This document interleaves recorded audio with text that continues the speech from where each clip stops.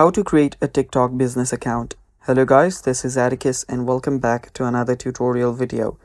In today's video, I'll teach you guys how you can create a TikTok business account. So without any further ado, let's dive right into it.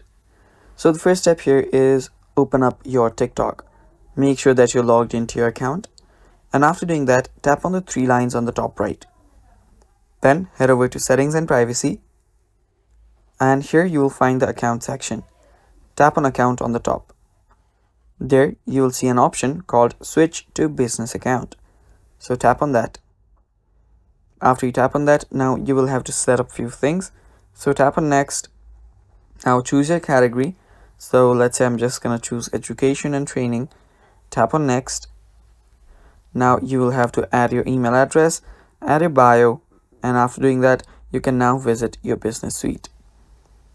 And that's basically it. That is how you can create a business account on TikTok. Thanks for watching guys. That is all for today's video. Stay tuned for more and bye bye.